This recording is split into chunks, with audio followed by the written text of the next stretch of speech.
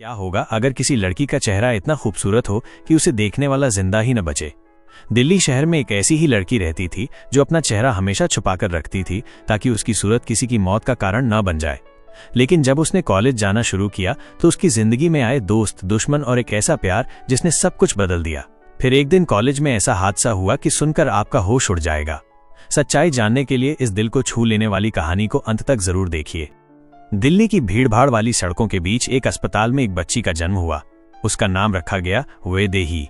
जन्म लेते ही कुछ अजीब हुआ। जिस किसी ने भी उसका चेहरा देखा, डॉक्टर हो या नर्स, सब अचानक बेजान होकर गिर पड़े। केवल उसके माता पिता राजेश और सुनीता ही बचे। वैदेही का चेहरा अद्भुत रूप से सुंदर था, लेकिन वही उसकी सबसे बड़ी त्रासदी भी थी। उसकी सुंदरता देखने वाले के लिए मौत का कारण बन जाती थी। ये एक ऐसा अभिशाप था जिसे राजेश और सुनीता समझ तो चुके थे, पर स्वीकार नहीं कर पा रहे थे। छोटे से फ्लैट में रहने वाला ये परिवार वैदेही को दुनिया से छिपाकर पालने लगा। सुनीता ने तय किया कि बेटी को घर पर ही पढ़ाएगी। वैदेही बेहद होशियार निकली, किताबें जल्दी समझ लेती, गणित और विज्ञान में माहिर थी। पर उसकी बुद्धिमत्ता के बावजूद उसका बचपन अकेलेपन में बीता। खिड़की से बाहर देखते हुए वो अक्सर सोचती, ये फुटपाथ पर सोने वाले लोग भी मुझसे ज्यादा आजाद हैं। कम से कम इन्हें अपना चेहरा छिपाना तो नहीं पड़ता। समय बीतता गया। 18 साल की उम्र में राजेश और सुनीता ने फैसला किया कि अब वैदेही को विश्वविद्यालय में पढ़ना चाहिए। उन्होंने सख्ती से कहा कि वो हमेशा अपना चेहरा मोटे कपड़े से ढककर रखेगी, केवल उसकी आंखें बाहर दिखती। विश्वविद्यालय में वैदेही की पहचान उसकी बुद्धिमत्ता से बनी। वो हर परीक्षा में अव्वल रहती और प्रोफेसरों की तारीफ पाती। लेकिन छात्रों के बीच उसके कपड़े से ढके चेहरे को लेकर अफवाहें फैलने लगीं। कुछ कहते शायद चेहरा बदसूरत है, कुछ हंसते ये अजीब लड़की है। इन सब में सबसे आगे थी भारती। वो कैंपस की धौंस जमाने वाली लड़की थी और वैदेही उसकी पसंदीदा शिकार बन गई। एक दिन भीड़ के बीच उसने वैदेही से कहा, अरे तुम हमेशा चेहरा क्यों छिपाती हो? कहीं नीचे कोई राज तो नहीं? छात्र हंसने लगे। वैदेही ने शांत स्वर में उत्तर दिया, मुझ पर भरोसा करो, तुम मेरा चेहरा देखना नहीं चाहोगी। भारती ने ताना मारा, डरती हो क्या? साबित करो कि तुम बदसूरत नहीं हो। वैदेही ने नजरें झुका लीं। वो जानती थी चेहरा दिखाने का मतलब मौत है, इसलिए चुपचाप वहां से चली गई। लेकिन भारती रोज उसका मजाक उड़ाती रही। इसी बीच विश्वविद्यालय का सबसे लोकप्रिय छात्र जतिन भारती की नजर में आया। भारती ने चाल चली। वो जतिन से बोली, तुम वैदेही से दोस्ती करो, उसका भरोसा जीत लो। जब वो सोए उसका चेहरा देखकर फोटो निकालो, फिर सबको सच्चाई पता चलेगी। पहले जतिन हिचकिचाया, पर भारती ने उसे मजबूर कर दिया। अगले दिनों में उसने वैदेही से नजदीकी बढ़ानी शुरू की।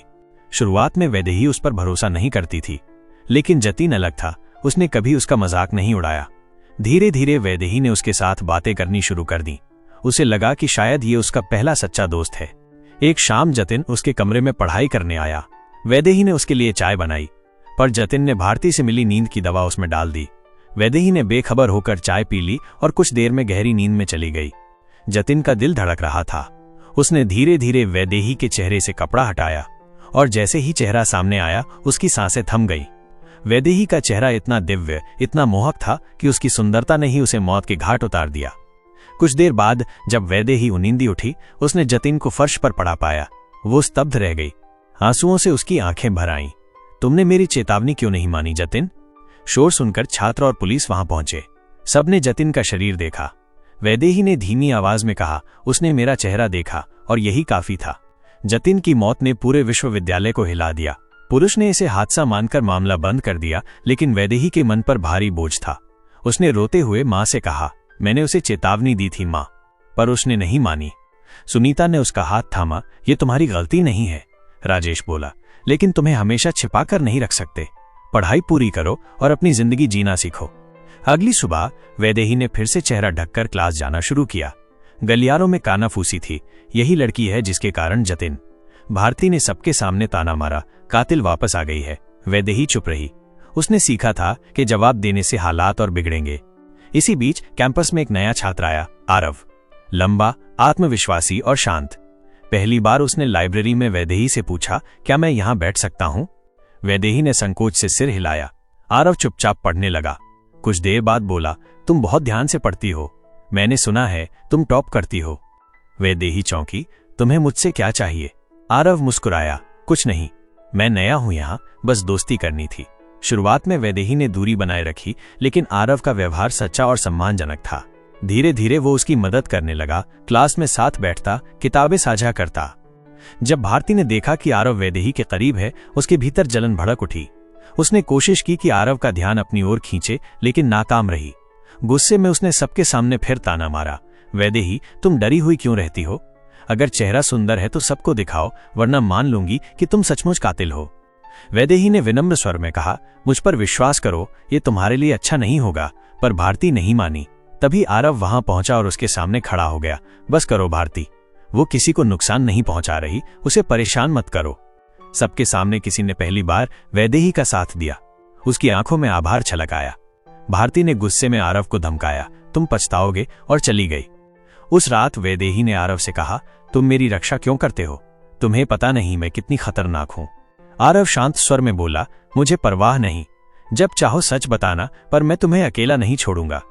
वैदेही का दिल पहली बार किसी पर भरोसा करने लगा, लेकिन डर अब भी था। क्या आरव भी जतिन की तरह खत्म हो जाएगा? दिल्ली की ठंडी रातों में वैदेही अक्सर खिड़की से बाहर देखती। सड़क किनारे सोते बेघर लोग भी उसे अपने से अधिक आजाद लगते। वो सोचती, कम से कम उन्हें अपना चेहरा तो नहीं छिपाना पड़ता। आरव के साथ बिताए पल उसे सुकून देते, पर डर भी।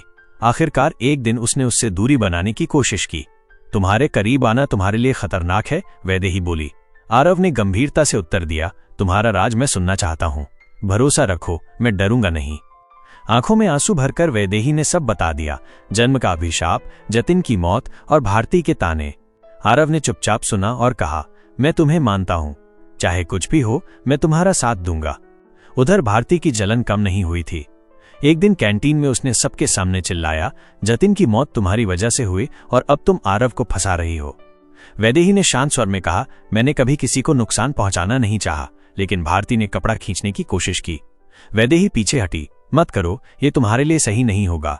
तभी आरव वहां पहुंचा और बीच में आ गया, बस करो भारती, वो सच बोल रही है। भीड़ हैरान रह गई। भारती ने चुनौती दी, साबित करो। आखिरकार वैदेही ने एक खाली कमरे में भारती को सच दिखाने का निर्णय लिया। उसने धीरे धीरे चेहरा खोला। भारती की आंखें फैल गईं, इतनी अद्भुत सुंदरता उसने कभी नहीं देखी थी। पर तुरंत उसका सीना कस गया, सांसें अटक गईं, वो गिरने लगी। वैदेही घबरा गई। नहीं, लेकिन आरव ने उसे संभाल लिया। कुछ देर बाद भारती होश में आई, कांपती आवाज में बोली, तुम सच कह रही थी, माफ करना। उस दिन से भारती बदल गई। उसने वैदेही से दोस्ती की और अफवाहें फैलाना बंद कर दिया। धीरे धीरे वैदेही और आरव की नजदीकियां बढ़ीं। वे साथ पढ़ते, दिल्ली की गलियों में घूमते। एक शाम आरव बोला, वैदेही, मैं तुम्हें पसंद करता हूं, मैं तुम्हारा चेहरा देखना चाहता हूं, बिना किसी डर के। वैदेही का दिल कांपा, नहीं, तुम मर जाओगे। आरव मुस्कुराया, सच्चा प्यार हर अभिशाप तोड़ सकता है, मुझे भरोसा है। कुछ देर चुप रहने के बाद वैदेही ने धीरे से कपड़ा उतार दिया। उसका चेहरा सामने था, जादुई सुंदरता से भरा। हवा जैसे थम गई, लेकिन इस बार कुछ अलग हुआ। आरव की सांसें तेज जरूर हुईं, पर वो गिरा नहीं, वो जीवित रहा। तुम बेहद सुंदर हो, उसने भावुक स्वर में कहा। वैदेही की आंखों से आंसू बह निकले, अभिशाप टूट गया। कुछ महीनों बाद परिवार और दोस्तों की मौजूदगी में एक छोटे से मंदिर में वैदेही और आरव का विवाह हुआ। अब उसे चेहरा छिपाने की जरूरत नहीं थी। वो समाज में खुलकर जीने लगी और बेघर बच्चों की मदद करने लगी। वैदेही ने महसूस किया, सच्चा प्यार किसी भी अभिशाप को मिटा सकता है। अब वो आजाद थी। दोस्तों, इस कहानी से हमें ये सीख मिलती है कि सच्चा प्यार और भरोसा किसी भी डर या अभिशाप से बड़ा होता है। जिंदगी में चाहे कितनी भी मुश्किलें क्यों ना आए, अगर साथ में विश्वास और इंसानियत हो तो हर अंधेरा मिट सकता है। उम्मीद है ये कहानी आपके दिल को छू गई होगी। दोस्तों, आप ये कहानी कहाँ से सुन रहे हैं? अपना और अपने शहर का नाम कमेंट में जरूर बताइए। अगर कहानी अच्छी लगी हो तो वीडियो को लाइक करें और अपने दोस्तों के साथ शेयर करें। ऐसी ही दिलचस्प कहानियां सुनने के लिए हमारे चैनल पहली दफा स्टोरीज को जरूर सब्सक्राइब करें। मिलते हैं अगली कहानी के साथ, तब तक के लिए जय हिंद।